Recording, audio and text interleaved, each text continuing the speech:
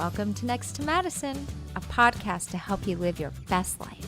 Welcome back to another episode of Next to Madison. I'm your host, Madison Malloy. Yes, I am super excited. We're actually talking with a guest about who's a writing coach about books and all the traditional different types of publishing, how to get your story out there. Amazing stuff. As an author, I loved this episode because I was able to ask some great questions. I also got inspiration of, it doesn't matter what your book does in the first year. I did have a successful first year for my first book. I appreciate all of you that have bought this. If you guys could do me a favor and tell all your friends to buy my book, it would be amazing. I'm working on more books coming out as well. So I was super inspired just to keep going and keep marketing, and the magic is in there. And on this podcast, we aim to make you happier, healthier, and wealthier. And sometimes there is a guest that inspires me and gets an excitement in me and kind of, encourages a new story. So that was with today's episode. So definitely buy my book, please buy my book. All I want for Christmas is for you to buy my book. And time to lighten the fuck up. Obviously, the ad runs after this before our guest, but it's a great fun interview if you've ever thought about writing a book. But also if you were going to pass away, what would your story be? And you want to document that, then this episode is amazing. He is also a writer's coach, and he's doing a workshop about people writing their obituary. And it's a really cool story because it kind of is something that clicked in my mind of everyone should start thinking of that. What is the story they want to leave behind when they depart? Because death is going to happen for all of us. So if you're not living the story you want left behind, what changes can you make? So enjoy this episode. We will be right back after this brief message. Thank you so much. Hey, it's Madison Malloy. Just wanted to remind you to make sure you grab a copy of my book, Time to Lighten the Fuck Up. It is a great, funny self-help book that is going to help you get out of your own way. I have already helped thousands and thousands of people, and they are on their way to living their dream life, and I want every listener to be able to live their dream life as well. So grab a copy of the book on Amazon, Barnes & Noble, or even the audiobook on Audible. Now back to the show. We are back with our amazing guest on this episode of Next to Madison. With me, I've got Glenn Schaeffer. He is an author and a writer's coach, and we are diving into the world of book writing, which is very relevant to me as an author. So I'm excited for this episode. So Glenn, welcome to the show. How are you? Yeah, well, I'm fine, Madison. How are you doing today? I am good. I'm good. So just so people know kind of who you are, like, how did you become a writer's coach? With passing of age, I was at one time the youngest member of the Iowa Writers Workshop, which for your audience is sort of the Juilliard School for, I'm going to say, literary fictionists and poets. Okay. And went into a career in finance, and after a while became a developer hospitality product on the Las Vegas Strip. So that was a interruption in my writing career for a good number of years. And coming out the other end, I have decided to share what I've learned, not only back then, but I write today. And lessons I learned, I'm going to say in creativity, about creativity at Iowa, in business, and how you work with the page. Yeah. Okay. Well, I love it. And you recently wrote a book. Tell us about that. I wrote a book called We Wanted to Be Writers, which is in the years 1974. So when you go to Iowa, it's a 2-year program. You get a Master of Fine Arts. Okay. And the student body, which numbers at any given time about 150 in fiction, is drawn from literally around the world. You have to audition to get in, hard to get accepted. You're never sure why they picked you. And from 1974 to 78, so you're really getting 2 different classes that knew each other over that period of time. It's became the most decorated class of writers who were ever one place at one time in the history of American literature. I clearly was sitting in the back of the class, but Oscar winners, Emmy winners, National Book Award winners, Pulitzers, no Nobelists as yet. And so being around a group of writers who were, some of whom are household names today, Uh, I learned that you make yourself a writer, and Mm-hmm. there are lessons about how to self-improve. And having been there with some of the best, in my book, interviewed them all these years later and said, what were we back then? And how did you become what you are today? And Yeah. so that's Tom Boyle, T.C. Boyle, Jane Smiley, Alan Gurganus, John Irving, uh, Jane Ann Phillips, Rita Dove. I can go on. Joy Harjo, two-time poet laureate of the United States. A good friend of mine, Sandra Cisneros, who's written one of the best novels in American history, and on it goes. Uh, Amazing. so that book is basically, I talk to them. I have an essay up front, and then I ask them, what is your process for writing? What have you learned? Yeah. Does one ever truly become a novelist or poet? When do you know you've gotten there? The answer is you don't. Uh, you start over every day. Yeah. And what are the lessons you would impart to those, coming up now? Yeah. And so I would say it's an inquiry into creativity. Okay. And while the sales were modest, I can say that if you look in the literature of how to write, it's often cited because of who they are that I interviewed. Mm-hmm. Yeah, right. No, there's some big names. So let's talk about that though. It's like, okay, somebody wants to, write a book. There's a lot of different ways to do it. A lot of Yes. people are self-publishing. Yes. There's a million new book titles that come out per year. Most of them are self-published and they go nowhere. So let's talk about why you shouldn't self-publish versus trying to get a traditional. Yeah, in one of my guys is back in my executive roles. I was a co-founder of a literary agency. Okay. That mainly what we scouted for were novels and treatments could be sold to movie studios. That's when they made movies. Yeah. It's hard to break through the noise and the clutter first without having representation. So it's very hard to find a publisher of repute without having a literary agent with connections to that realm. So that's kind of the first gatekeeper. Yep. And it does matter. The difference between publishing and self-publishing is it's very hard to get your book seen in bookstores, which has been a shrinking population, without having someone to sell that book working for a major publisher. Right. And you got exactly right, Madison. Breaking through the signal versus noise, very hard to be heard out there with how many ever hundreds of thousands of manuscripts are published in some format every year. Yeah. Very right. And it's hard to get reviewed. Again, newspapers used to have daily reviews of novels and books of poetry, and that's disappeared for the most part. But your chances of getting a quality review, meaning someone actually read the book and has something intelligent to say about it, where people of a literary curiosity might read. If it's self-published, it almost never will get there. It's hard to break through the noise. Let's talk about, yes, it's very hard to break out when you're talking about combination of regular way publishing versus self-publishing, or in total, that could be, and you said it earlier, it could be 1 million manuscripts a year. In a time when people have so many other ways to distract themselves, reading is only one of those.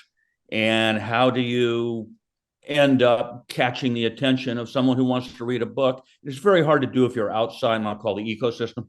Yeah. And that ecosystem is agents who take manuscripts to publishers who they know would care about that particular book, which then gets published with some care and sold, distributed through bookstores. That you're talking about, a relatively small percentage of what might be out there in a given year. And then it's hard to get reviewed. Yeah. And so people can't read books they never heard of. Right. Exactly. So what do you think about, running ad campaigns on books? Social media, of course, has tools that might work for certain communities. So I think some of that is, there are going to be affinity groups who are interested in certain topics, even in fiction. And so that sort of laser focused marketing That probably still immature, but it can help. I mean, look, you're going to get lucky if you're going to have a book that sells any amount of copies and gets talked about. Yeah. It doesn't mean you're the highest quality book out there. It means your timing was very good. Yeah. And yeah, you hit the instance. How different is that than anything else in entertainment? Well, exactly. And it comes down to what we talk about a lot on this podcast, which is mindset manifestation, really believing in yourself and manifesting these results, because it's kind of like a miracle. Yes. You know what I mean? Like you could have there's what's that book? Have you heard of that book, Atomic Habits? It's Yes, I know that okay. book. It's not Yeah. that amazing, Yeah, I but picked it up. the marketing behind it was phenomenal. And I don't even know if that was a self-published book. I'm not sure, but they really, really knew how to market it. And the thing is, like, I have friends that go through big traditional publishing houses and they're still not famous. No, I mean, There's look, no guarantee you for go it through, yeah, either. if you go through a major publisher house and you're doing a trade hardback, and you sell more than 5,000 copies, you're a professional writer. Yeah, it's five. So 5,000 is the key number. Yeah. Now, what'll happen is Atomic, and it's not any different than movies or comedy or anything else. Yeah. Atomic Habits will come out, be a huge seller. Now everybody wants Atomic Habits 2.0. And so every agent's going to tell their aspiring self-help, writer to do something like that, just a little different. Yeah. And nobody cares for the most part. Or it'll have a brief spring that, okay, we're all going to read Atomic Habits, some version of, for about a year, and then we're going to move on to the next thing. So how do these traditional publishers, big publishing houses, push their books? They have to first make sure that they can get it displayed. I mean, let's go back. No one's going to read a book that you haven't written. And no one's going to read your book that they can't find. And so, people, they're going to order it through Amazon. Amazon, which, it's a huge change the face of both publishing and distribution. Mm-hmm. That's not their principal thing in life. Amazon was the biggest store in the world, which they are. Mm-hmm. They use books for a reason. It was a vehicle because they wanted to test out their method of distribution. And books are great to distribute because they're hard to destroy. The weight's pretty equal. And so it just happened to be a product that, shoes work too. But they have to fit your feet when they show up. So it was sort of, let's pick a product that is ubiquitous. Everybody knows what a book is. But that doesn't mean they are selecting books that, I'll say deserve to be read. They have a rating system. They have all that today, but it's such a large warehouse. It's awfully easy to get lost. So how does your book get recognition? Turns up in a bookstore. Now that has been a shrinking footprint. Right. Right. So we're back now to where we have independent bookstores again. Yeah. We actually have people who are owners who decide what they're going to merchandise. And the big box stores aren't quite like they were. And you're not going to end up on the Walmart table unless you're a name brand already. Mm-hmm. And so it's a very hard thing to have someone be able to connect you, but that's the way it's done. The trade publishers have the channels. They pay the salespeople. They advertise. They can get a book on the front table at a store near you. Right. Yeah. And that formula, and I'm not an executive in the industry, but that formula has not been entirely disrupted. Yes, you have things word of mouth. Bill Gates reads a book and says, this is it. One of the Bush twins on, Good Morning says, I like this book. Oprah was the most potent seller of books in American history. Yeah. So something works, but it's hard to be the chosen one. Well, yeah. And then I've heard stuff too. It's like, one of the things for writers is to become, a New York Times bestselling author. And I've talked to a lot of people, and I don't know if it's the personal development world that I'm more in, but people have said, like, the only reason you get on the New York Times list is if you have $300,000 to pay them. It's all smoke and mirrors. And I was like, whoa. They're going to check. I don't know this. they call certain stores. They don't want you to be able to game the list, but a lot of people spend a fair amount of time and money doing that. I was like, well, that sucks. Yeah. They're going to check with, it's the same like having a number one pop hit.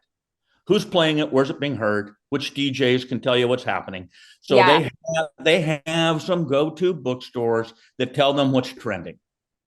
The Times will deny that it's anything formulaic to it.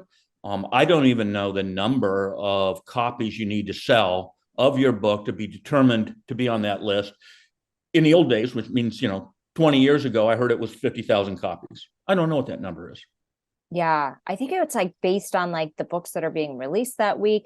There's just a whole formula. As an author myself, I remember when you come out with your first book, it was one of the most stressful times of my life because you start second guessing yourself. It's especially in personal development, it's like you pour your heart and soul out there. You really open up those gates of this is me, and you put your heart on the line. And then before it comes out, you're like, oh my gosh. And you think like, who's going to read this? Nobody what am cares. I going to do? I'm going to check it again. And you go crazy. And then you go through, and I remember going through edits after my editor making changes left and right. And it's like, and finally the publisher was like, stop. Yes. There is an error in every book out there. Yes. There's a grammar error. You can't sit here until perfection because perfection doesn't exist on That's this the book will never get finished. The perfect book. Exactly. So every book has they're in everybody's head. Everybody walks around with a perfect book in their head. It has to be on the page. So let's talk about that whole thing of perfection, because that can go into other areas, because the majority of our listeners are not book writers. I think everyone's got a great story. It might be, but perfectionism, like that can hold you back, not only in books, but in life. Right. You want a rule about never getting anything done. Or business. Yeah. And I've spent my career in business and entertainment and hospitality, and so look, people expect something that's better than they could do themselves, and they'll pay for it. They are not coming here because we have some perfect solution to something they're looking for in life. Doesn't happen. Right, because that word, I think our job is to be better than the next guy who happens to be doing this. Or as I say, like in politics, be president of the United States, you just got to beat the other candidate. You're not running against God. Right. You don't even have to be smart. You just have to get the most votes. You just have to get the most votes, and maybe the smartest guy isn't going to get the most votes. Happens a lot. Right? It's true. Yes. Yeah. So, for most important thing about being a writer is do writing. That's it. Get it on the page.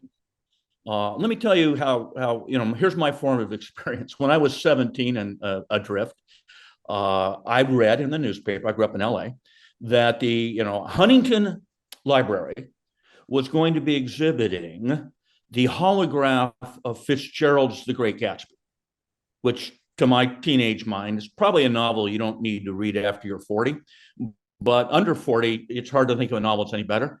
Yeah. And I drove there and looked in this case, and they had various literally legal pads with his pencil, and arguably the most famous first page of a novel in American writing is the first page of Gatsby.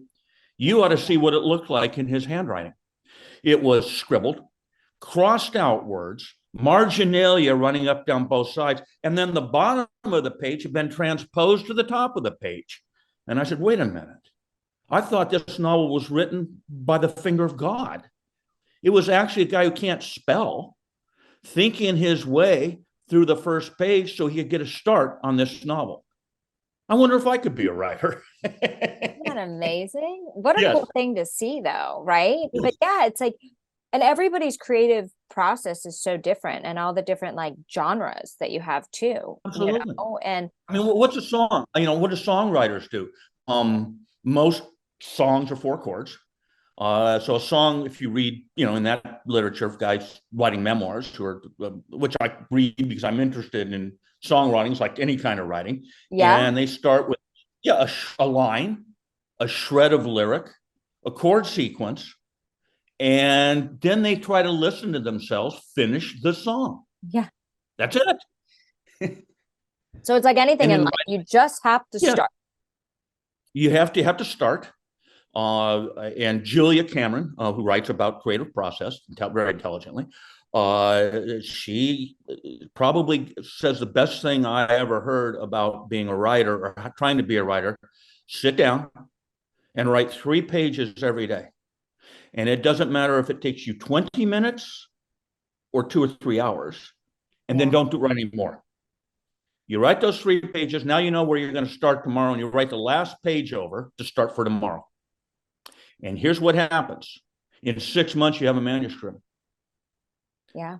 6 months, you got 80,000 words. Now, when I was at the writer's workshop, we were told that a professional writer sits at his or her desk, their desk, for 3 hours a day, 6 days a week. But similarly, you will end up with a first draft of a manuscript in 6 months. Now, if you're a novelist or whatever we're writing, seldom is that your book, but it's the beginnings of a book. It's the makings of a book. It might take 4 drafts. Annie Dillard says it takes 2 to 5 years to write a novel that you think lives up to whatever your ideal was. Again, you'll never get there, Right. but at least directionally, that's what you had to say about yourself or society at that time. But writing is writing. You cannot practice writing. You can't think about writing. You have to write, and you don't edit at the same time. Yogi Berra, not a writer, but a great philosopher, said about hitting. He says, when you go to the plate, don't think. You can't think and hit at the same time. It's so true. Yeah.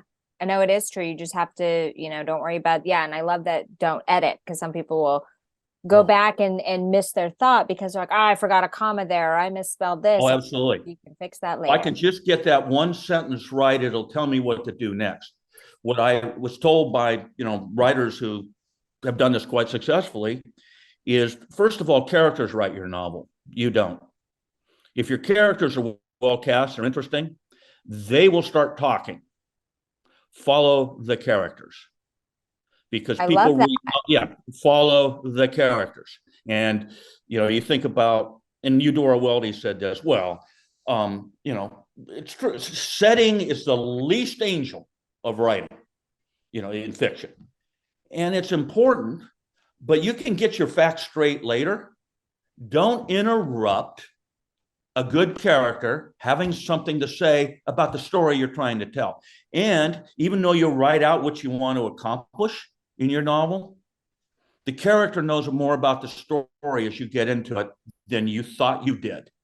And seldom will the ending to your story be what you thought it was going to be when you started. Yeah, I love that. I love that viewpoint. Like my first book was in nonfiction in personal development, and I'm, getting into the fiction world.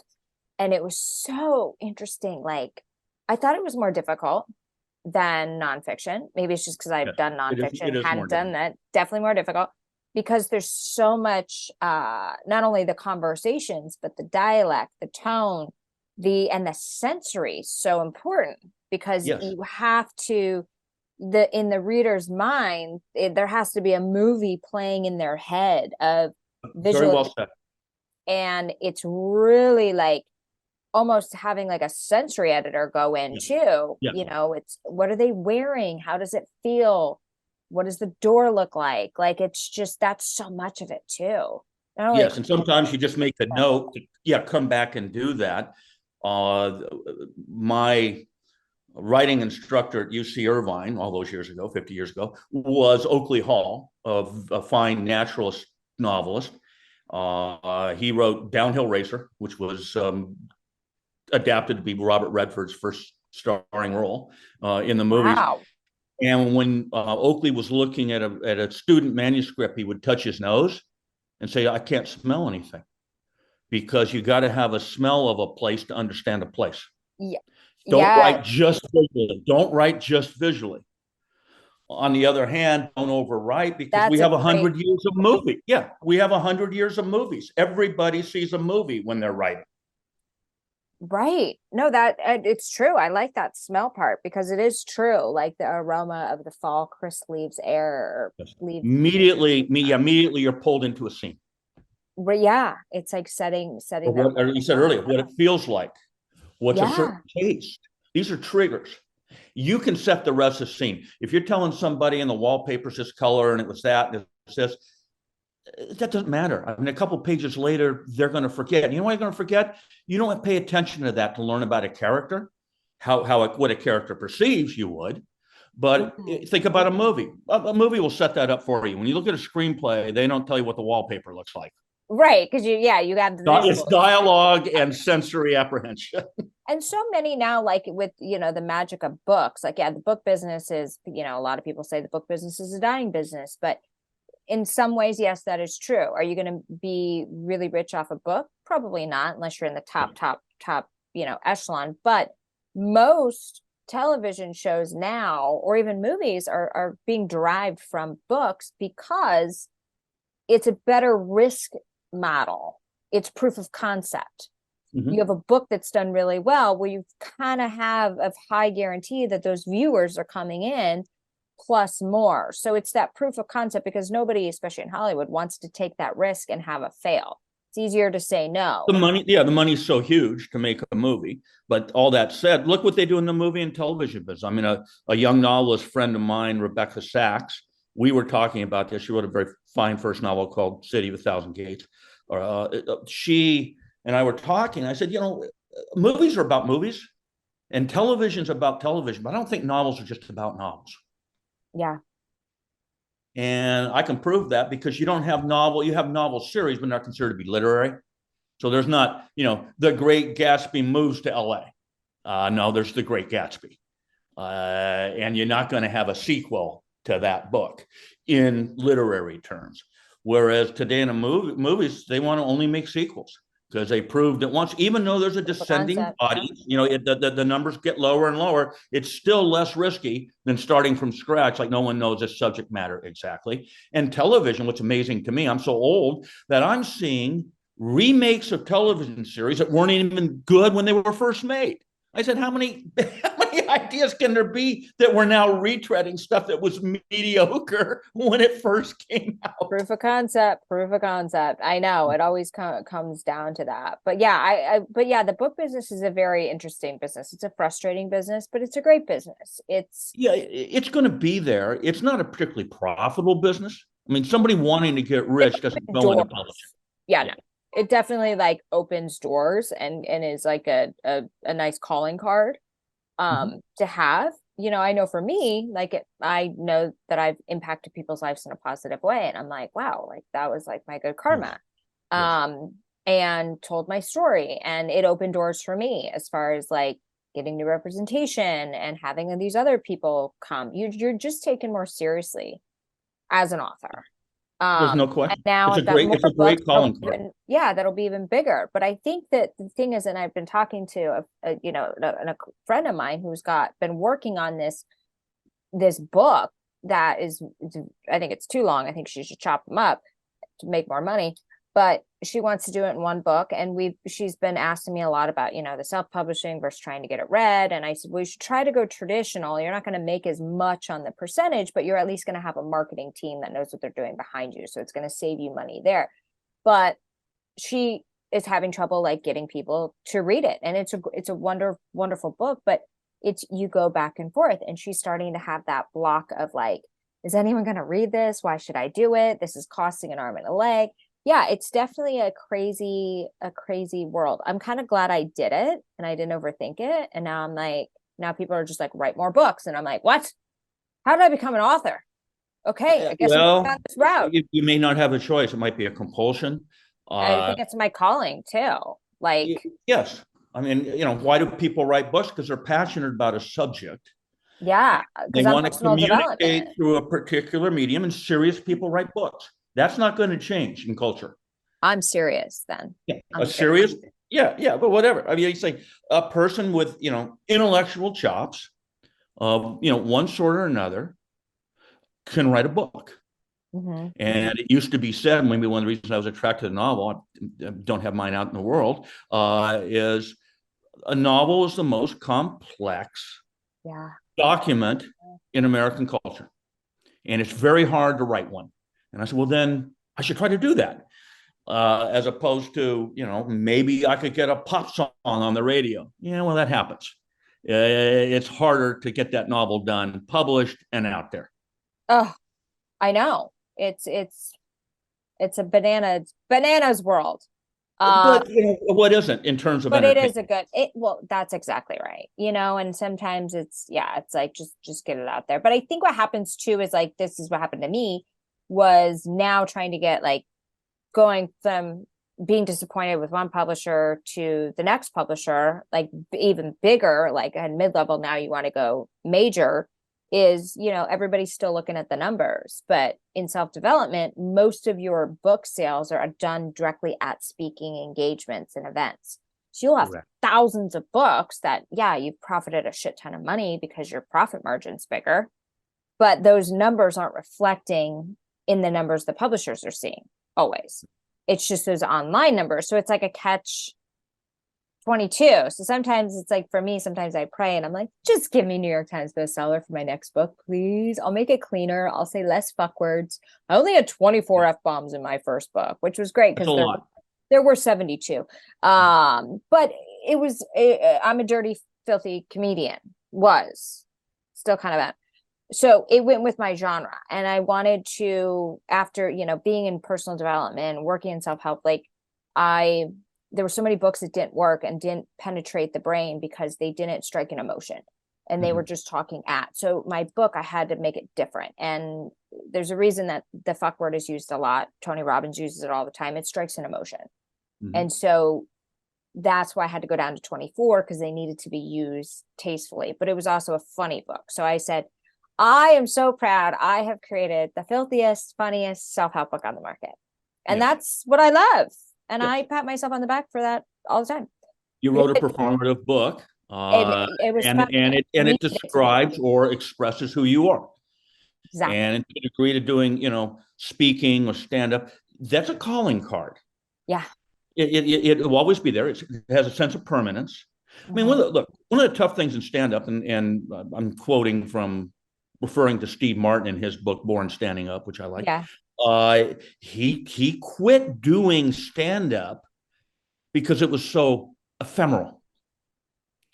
He said he knew he had to do something else when he was doing arena shows and nobody could see his face. He said, how do you do stand up comedy if they can't figure out what you're looking for, where the pause is, the inflections that make comedy intimate? And he said that's when he went into movies. Movies last forever. Yeah. He was tired of having a great performance that went into the ether. Yeah, I know. Or he was such a big star now that no one could appreciate the craft itself. Because he was always doing meta comedy. He came up, he broke through by making comedy about comedy. And making fun of the tropes of stand-up comedy, which, a lot of that is gestural. And he said, how do you do gesture if you're standing in Yankee Stadium? Yeah, right. No, it's true. Yeah, it's definitely every kind of, everything in the arts, or when you put yourself out there, there's always a risk, but there's always a certain art form to it. And there's going to be ups and downs, and, books are the same thing. And you're going to have, things are going to be popular, not popular. There are going to be strains to it.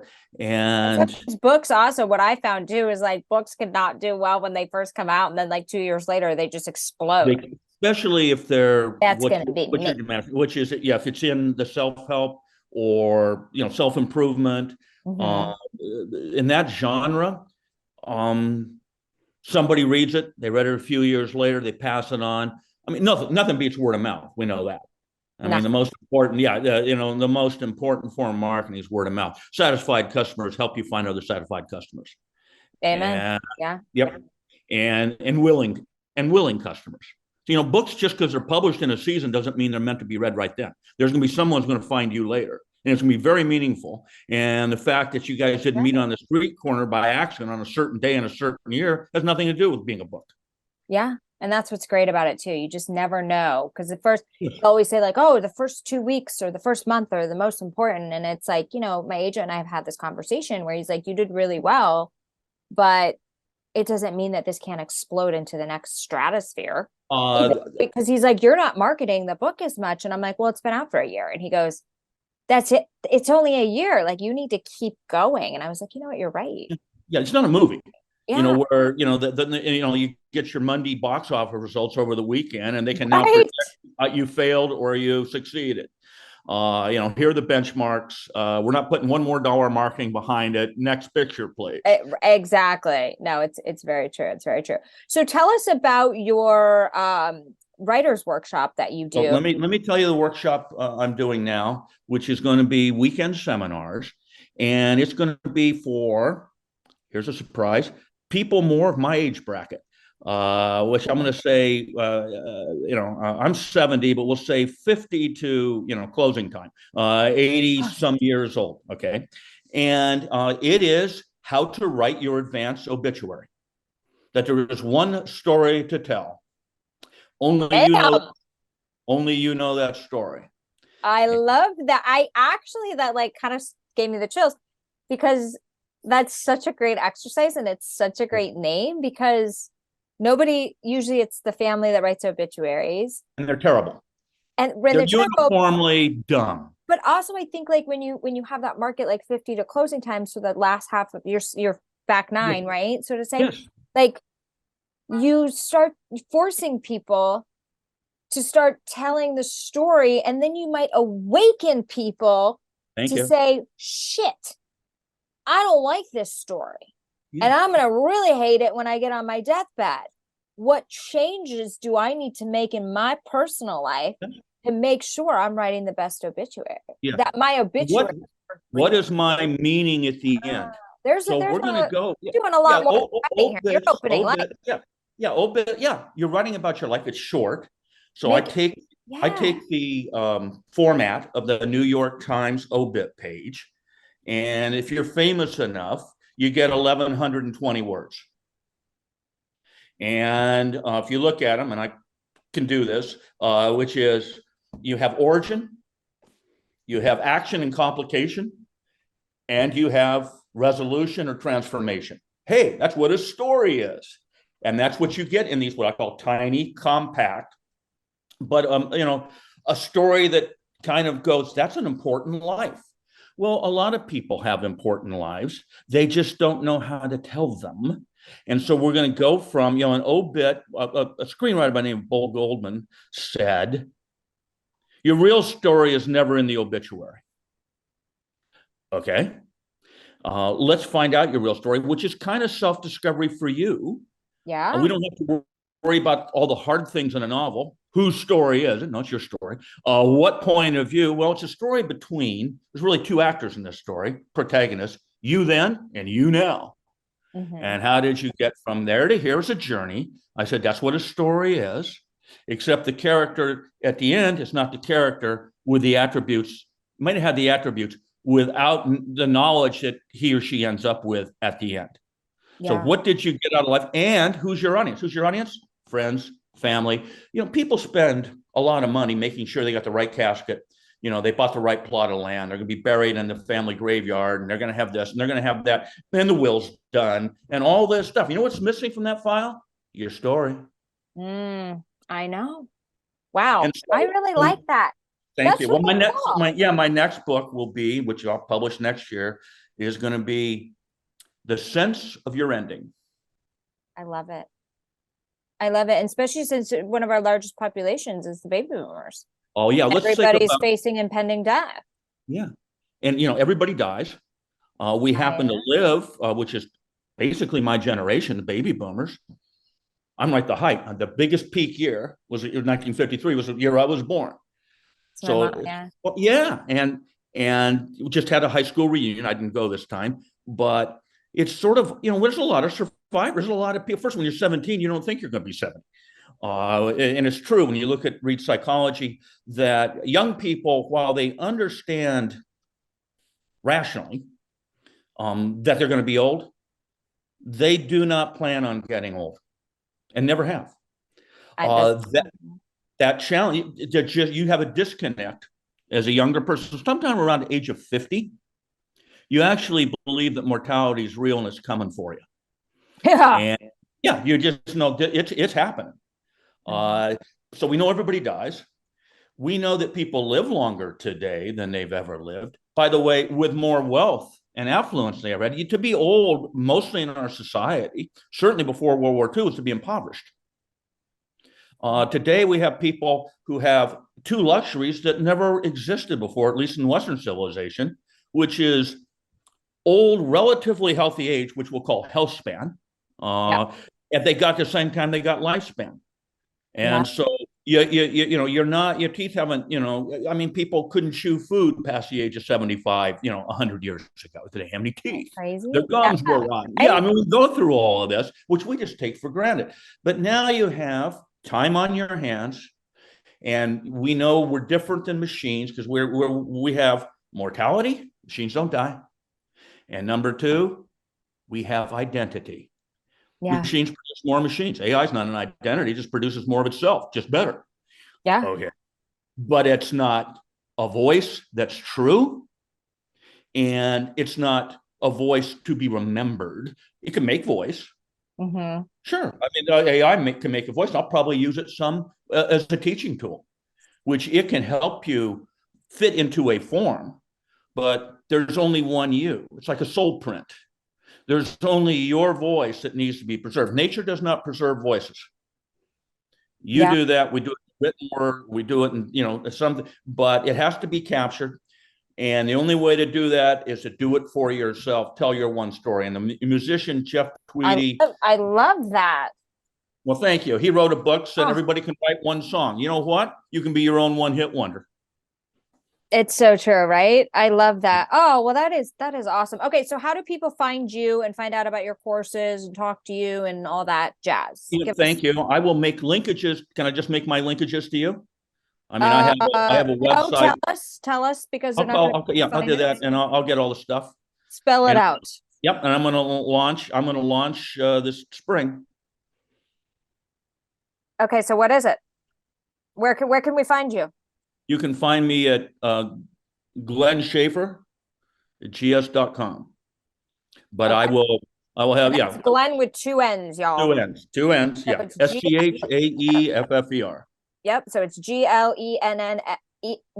Pardon me. GLENNS CHAEFFER. .com. Yeah. I'll give you which is from my old days. Glenn, Las Vegas, all one word, lower cap. That was my career executive at gmail.com. That'll work too. Okay. So yeah, if you guys want to reach out and you know somebody who's older or you're older yourself and you want to really tap into your story to see if you want to change it for the rest of your life or if you want to stick to it.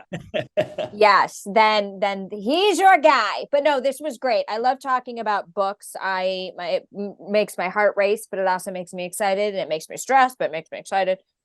Being an author, it's kind of a journey that is crazy, but I'm so glad I did it. And I'm still doing it. I guess it's your call. Yeah, you might. Yeah, and you might be you might be a repeat, felon there. You might do it again. I already have 3 coming out in 2024. I have new ones, so haven't announced them yet. But yes, I guess I just dropped the bomb. Yes, there's a series coming out. So get excited for that. I will. That when I will. I'm going to look for it. Yes, you'll love it.